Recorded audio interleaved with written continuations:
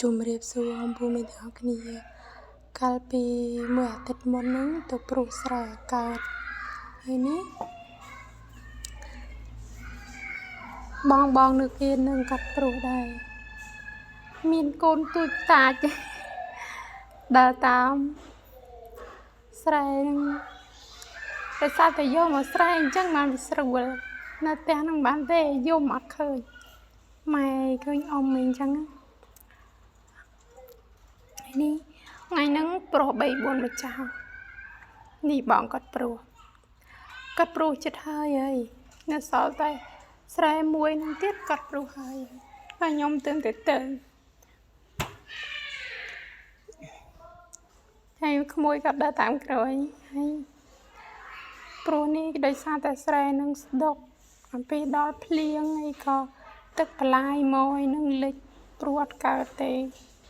លិចទឹករហូតអញ្ចឹងទៅតន់តែឆាប់ព្រោះបានមុនគេអញ្ចឹងណាឆាប់ព្រោះកុំឲ្យភ្លៀងមកតន់តែភ្លៀងមកនោះមានណាលិចអត់កើតស្រូវទេបើមិនស្ដួចទេក៏វាអត់ដុះអត់អីអញ្ចឹងវាលួយអីចឹងទៅចាប់ផ្ដើមព្រោះពីខែ4ហ្នឹងទៅបានដុះបានអីទៅព្រោះឲ្យទឹកមកទៅល្អហើយនេះខ្ញុំនៅច្រកម្លប់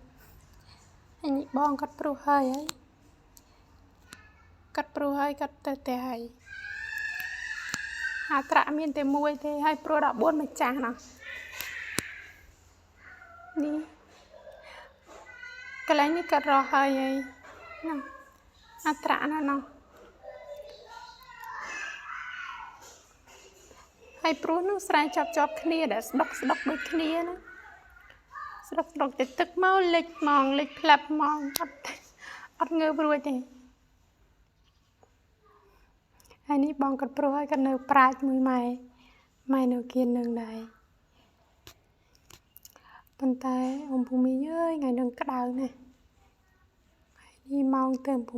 8ជាងអីទេហើយនេះគាត់រស់ស្រែខ្ញុំនឹងអត់មានច្រើនទេតែ3ទេតែ3ស្រែទេហើយនេះកាត់កូនខ្ញុំដើរលេងមកវិញហើយនេះចូលអត់រួចទេយ៉ាងបើកមកទ្វារបានទេតន់តែទៅបើកអោយអីមើលទៅនេះរៀងរសៀលដែរតែខ្ទង់ម៉ោង3ម៉ោង4អីហើយនេះមកពីដើរលេងផ្ទះគេ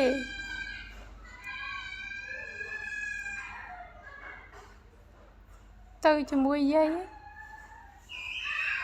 ពេលចង់ដើរលេងអញ្ចឹងសុំទៅហើយពេលមកវិញមកប្រាប់គេមកតាស់វិញហើយនៅលេងពេលចង់មើលចាស់នៅគៀនតែខ្ញុំអត់សូវមានក្មេងដែរមានតែ2 3នាក់នៅខាងនេះហើយ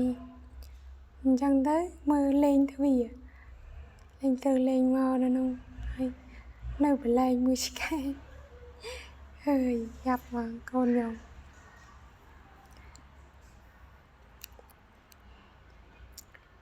ហើយនេះកាត់មកសៀលតិចមកបងអូនមកលេងអញ្ចឹងទៅ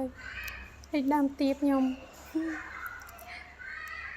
មានស្លឹកដែលមើលផ្លែនៅលើមួយឆ្កៃហ្នឹងដែរហើយនេះក្តៅពេកសំបីដើមឈើក៏ស្ពប់ស្ពូនដែរជាចុងក្រោយបាយជម្រាបលា